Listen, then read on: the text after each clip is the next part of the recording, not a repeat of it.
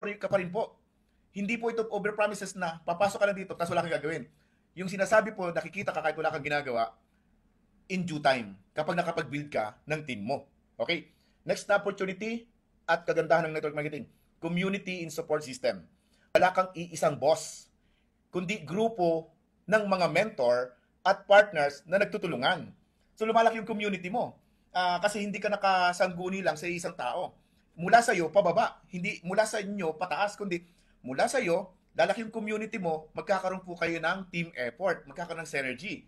So habang lumalaki po ang grupo, kailangan mag-develop ng mga leaders mo na soon and later magiging mentor din sila at magiging partners mo tapos magtutulungan na kayo. Anyway, mag-isa kang papasok sa business pero hindi ka matatapos na mag-isa.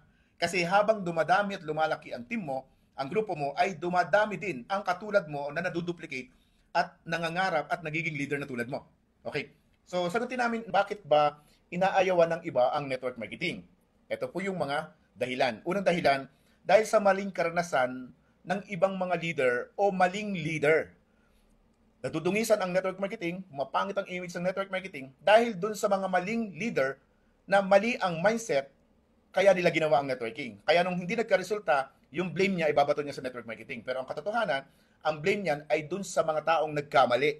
Tapos hindi naman sila nagkaroon ng self-growth. Ano po? Okay, pangalawa, dahil sa takot o kawalan ng tiwala sa sarili.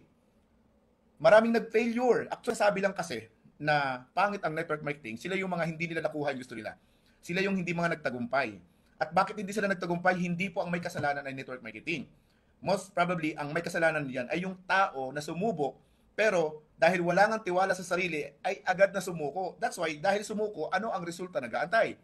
Okay, pangatlong dahilan, dahil gusto nila ng instant result, pero ayaw ng proseso. Ang gusto po, kumita, pero ayaw mapagod, ayaw mahirapan. Ang gusto lang nila ay short coming, short success. Yung proseso, hindi nila pinagdaanan at ayaw nilang pagdaanan. That's why, ano pa rin ang resulta? Wala pa rin. So, papasok na naman yung blaming.